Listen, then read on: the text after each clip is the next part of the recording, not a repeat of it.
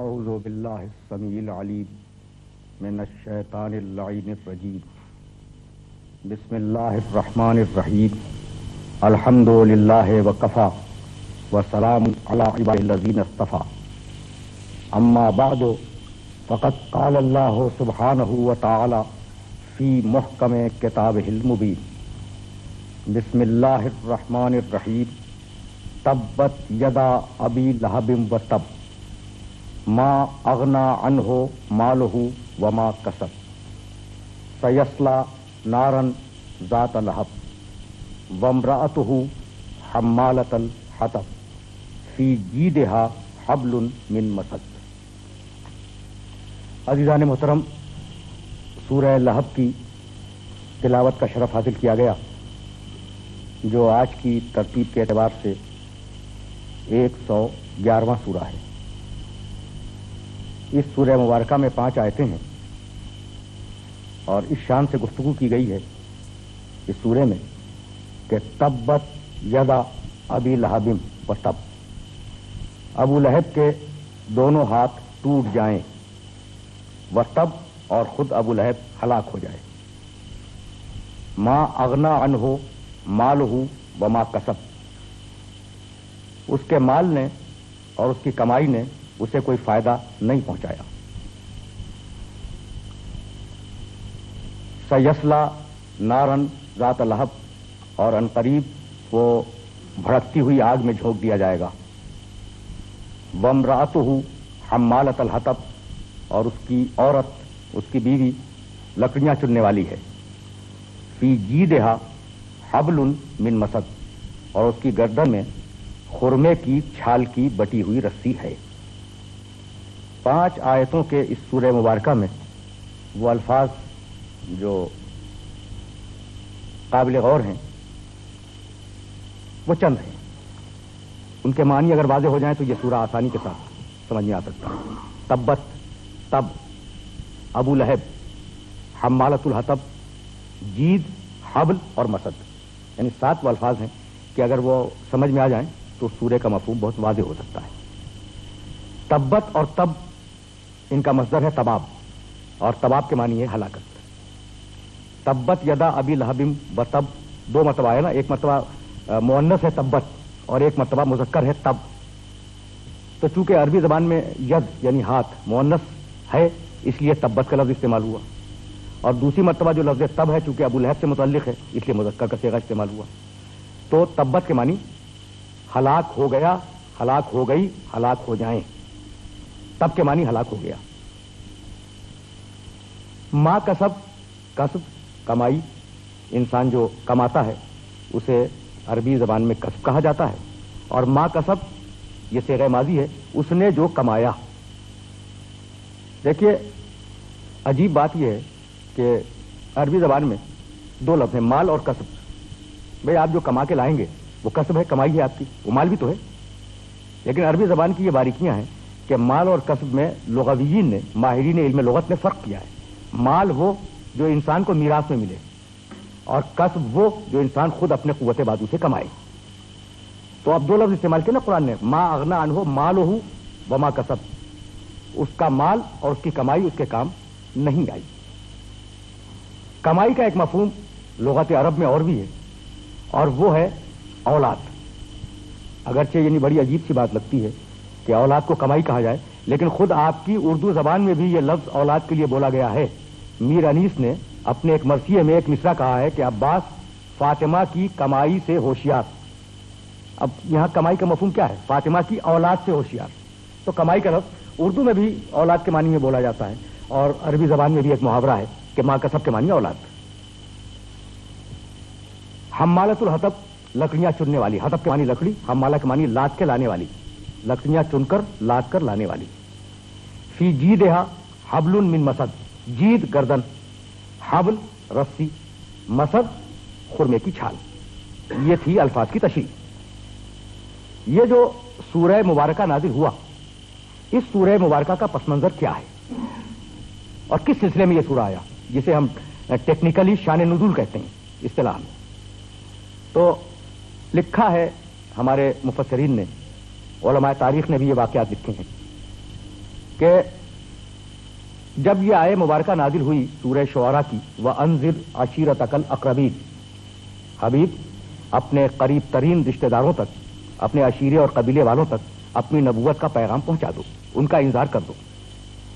تو پیغمبر اکرم نے کوہ صفا کے قریب جا کر آواز دی کہ میری بات سننے کے لیے جمع ہو جاؤ. دستور تھا کہ اگر کوئی ہنگامی حالت ہو جائے، کوئی پریشانی ہو جائے تو لوگ آواز دیا کرتے تھے اور ایک بڑا مجمع جمع ہو جایا کرتا تھا.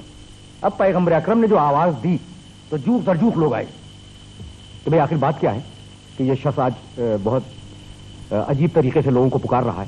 لوگ جب جمع ہو گئے تو پیغمبر اکرم کوہ صفا کی چوٹی پر بلند ہوئے.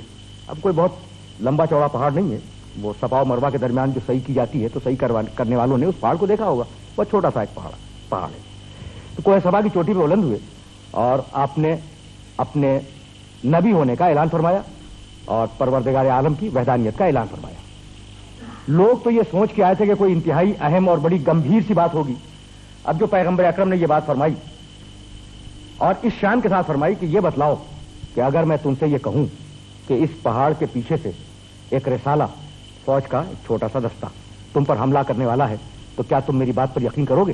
اس پورے مجمع نے کہا کہ ہاں، اگر تم کوئی بات کہو گے اور یہ کہو گے کہ بھئی لشکر حملہ کرنے والا ہے تو ہم تمہاری بات کا یقین کر لیں گے.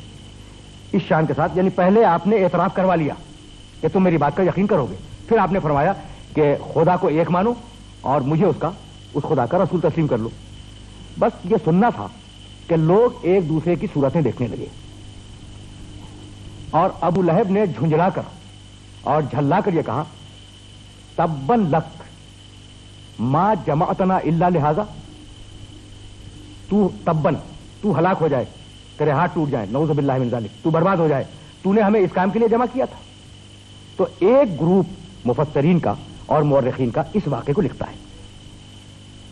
دوسرے گروپ نے یہ لکھا کہ جس میں امام فخر الدین رازی بھی شامل ہیں اور دوسرے مفسرین بھی شامل ہیں، طنطاوی جوہری جیسے مشہور و معروف مفسرین شامل ہیں. انہوں نے لکھا کہ جب یہ ذوالعشیرہ کی آیت نازل ہوئی اور پیغمبر اکرم نے ذوالعشیرہ کی دعوت کے بعد کھڑے ہو کر تقریر فرمائی، مختصر ترین خطبہ دیا اور لوگ جب جانے لگے تو ابو لہب نے مڑ کے یہ کہا تھا کہ تبن لک، تو اس پر وائے ہو، تو نعوذ باللہ برباد ہو جائے، تو تباہ ہو جائے، تو ہلاک ہو جائے، تو نے اس کام کے لیے ہمیں جمع کیا تھا. تو دو واقعے ملتے ہیں تفسیروں میں اس سورہ مبارکہ کے شان نزول کے سلسلے میں. لیکن اگر آپ ملاحظہ فرمائیں گے تو آپ کو یہ اندازہ ہوگا کہ تاریخ نے اور سیرت کی کتابوں نے مختلف مقامات پر ابو لہب کے اس جملے کو محفوظ کیا ہے. فقط کوہ صفا کا واقعہ یا ذوالعشیرہ کا واقعہ نہیں، اور مختلف مقامات پر ابو لہب نے بار بار لفظ تب کا استعمال کیا، لفظ تب پیغمبر اکرم کے لیے کہ تو نعوذ باللہ ہلاک ہو جائے، تباہ ہو جائے، تیرے ہاتھ ٹوٹ جائے، تو ناکارہ ہو جائے کہ یہ باتیں ہم سے نہ کر سکے. ان جملوں کو پیغمبر اکرم سنتے رہے، یعنی فقط دو واقع نہیں، اور بھی واقعات ہیں تاریخ کے اندر، ان جملوں کو سنتے رہے اور پیغمبر اکرم نے کسی رد عمل کا کوئی مظاہرہ نہیں فرمایا. پیغمبر اکرم کی تسلی کے لیے اور اس کی زبان بند کرنے کے لیے پروردگار عالم نے اس سورہ کو نازل فرمایا. یہ ہے اس کی بیک گراؤنڈ اور اس کا پس منظر، شان نزول. ذرا ذہن میں باتوں کو محفوظ کرتے چلے جائیں. اور اس شان کے ساتھ یہ سورہ مبارکہ نازل ہوا کہ نام لیا تبت یدا ابی لہب و تب، ابو لہب کے دونوں ہاتھ ٹوٹ جائیں اور ابو لہب ہلاک ہو جائے یا ابو لہب ہلاک ہو گیا. دونوں ترجمے اس لفظ تب کے ممکن ہیں، اس لیے دونوں ترجمے عرض کر رہا ہوں. ابو لہب کنیت ہے، نام نہیں ہے. اس کا نام تھا عبد العزیٰ ابن عبد المطلب. اس کی کنیت ہے ابو لہب. لہب کے معنی شعلہ اور ابو لہب کے معنی شعلے والا. تو لکھا ہے مفسرین نے اور علماء لغت نے کہ یہ کنیت اس لیے رکھی گئی تھی کہ اس کے رخسار سرخ تھے، اس لیے رخساروں کی مناسبت سے اسے ابو لہب پکارا گیا. لیکن اگر آپ توجہ فرمائیں گے تو آپ کو یہ اندازہ ہوگا کہ قرآن ایک عالمگیر کتاب ہے، قرآن ایک آفاقی کتاب ہے. اور عجیب و غریب بات یہ ہے کہ پیغمبر اکرم کے موافقین اور مخالفین جو ان کے عہد میں پائے جاتے تھے، ان میں سے سوائے دو کے کسی کا نام قرآن نے نہیں لیا. مخالفین میں ابو لہب کا نام لیا سورہ لہب میں، اور موافقین میں حضرت زید ابن حارثہ رضی اللہ تعالیٰ عنہ کا نام لیا سورہ احزاب کے اندر. اس کے علاوہ نام نہیں ہے قرآن مجید میں. کیوں؟ اس لیے کہ قرآن مجید کا اصول یہ ہے کہ آیت کسی بھی شخص کے لیے نازل ہو.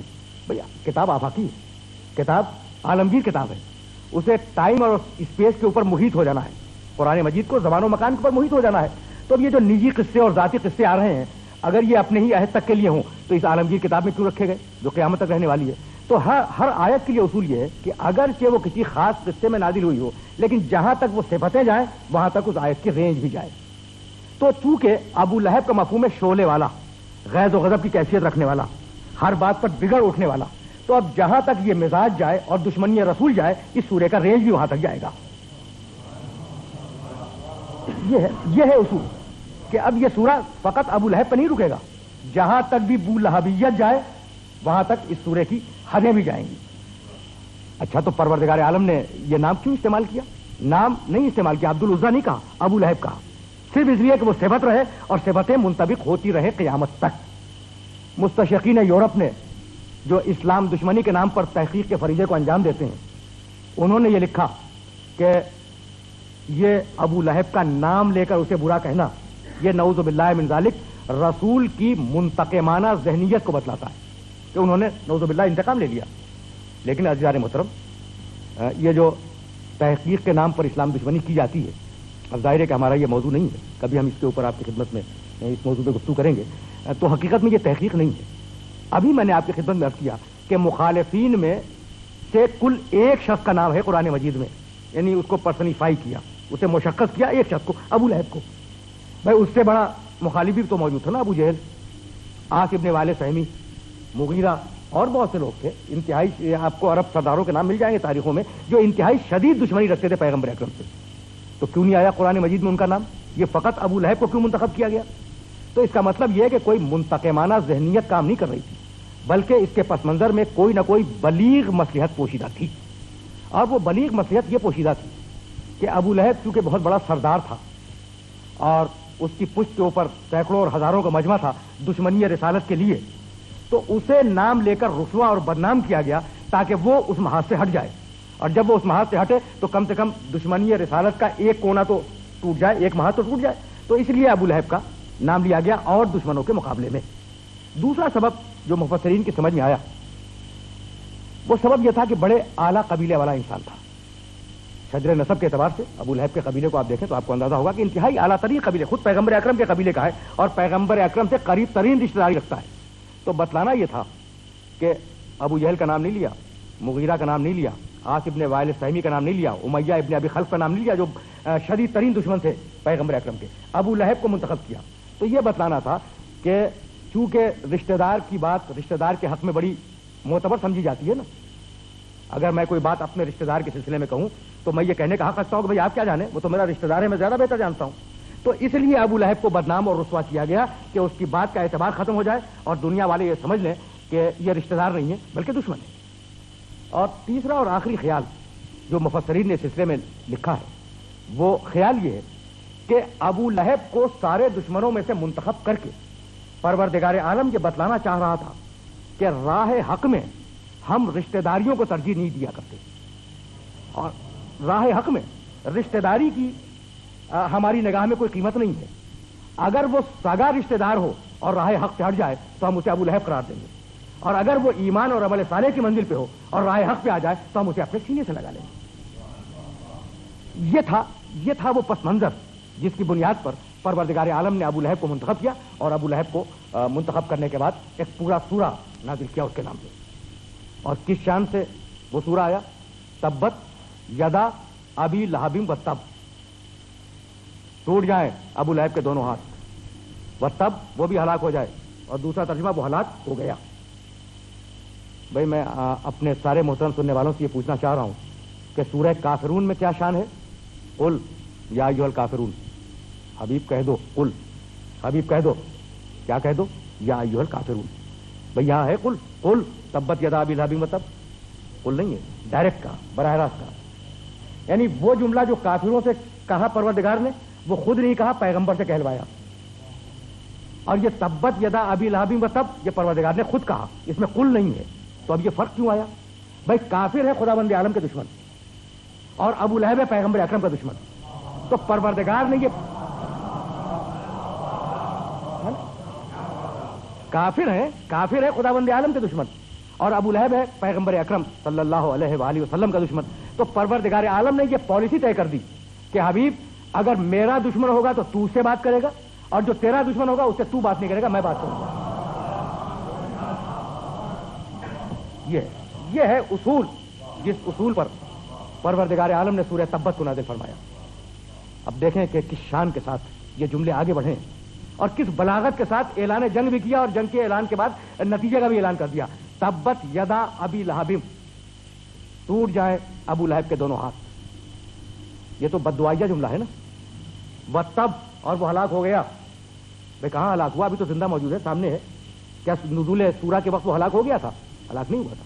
تو پہلے ٹکڑے میں اعلان جنگ ہے کہ ٹوٹ جائے ابو لہب کے دونوں ہاتھ. وہ ہمارے حبیب کو کہتا ہے تو جواب میں ہم اسے کہتے ہیں، اور وہ تو فقط کوسنے دے کے رک گیا. ہم جو کہیں گے وہ امر ہوگا نا، تو وہ جو امر ہوگا وہ ہر حال میں پورا ہو کے رہے گا. تب وہ ہلاک ہو گیا، یعنی ہم نے اس کی تقدیر میں اور اس کی سرنوشت میں ہلاکت لکھ دی. اس کے دونوں ہاتھ ٹوٹ جائیں. بھائی یہ کون ہے؟ ابو لہب بڑے قبیلے والا ہے، یہ بات طے ہے، اور سردار بھی ہے، یہ بھی طے ہے اپنی جگہ پر. تو دو طاقتیں اپنے پاس رکھتا ہے نا، ایک قبیلے کی طاقت رکھتا ہے اور ایک سرداری کی طاقت رکھتا ہے، اور پھر یہ ہمارے حبیب کے مقابلے پہ آ رہا ہے. تو جب تو صحیح کہ اس کی دونوں طاقتوں کو ہم توڑ دیں. قبیلے کی طاقت بھی ٹوٹے گی، سرداری کی طاقت بھی ٹوٹے گی. ما اغنا عنہ مالہ وما کسب، نہ اس کا مال اس کے کوئی کام آئے گا، اور نہ اس کی کمائی یعنی اولاد اس کے کام آئے گی. توجہات مبذول رہیں. ما اغنا عنہ مالہ وما کسب، نہ اس کا مال اس کے کام آئے گا، اور نہ اس نے جو کمایا ہے، جو دولت کمائی ہے یا جو اولاد ہے اس کی، وہ اس کے کام نہیں آئے گی. بھائی میں پوچھنا یہ چاہ رہا ہوں اپنے سارے محترم سننے والوں سے کہ یہ جو جلال کی کیفیت ہے کہ تبت یدا ابی لہب و تب، ابو لہب کے دونوں ہاتھ ٹوٹ جائیں، بھائی تاریخ اسلام سے اور سیرت کی کتابوں سے کبھی آپ نے پوچھا کہ ابو لہب کا وہ کریکٹر کیا تھا جس پر پروردگار عالم کو اتنا جلال آ گیا؟ کیا کل یہ دو واقعے، کوہ صفا کا ایک واقعہ اور ذوالعشیرہ کا دوسرا واقعہ، ان دو واقعوں پہ اتنا جلال آیا؟ یا دو چار جگہوں پہ اس نے اور کہہ دیا کہ تبن لکا، نعوذ باللہ تو ہلاک ہو جائے، تو کیا اس پہ جلال آیا؟ نہیں.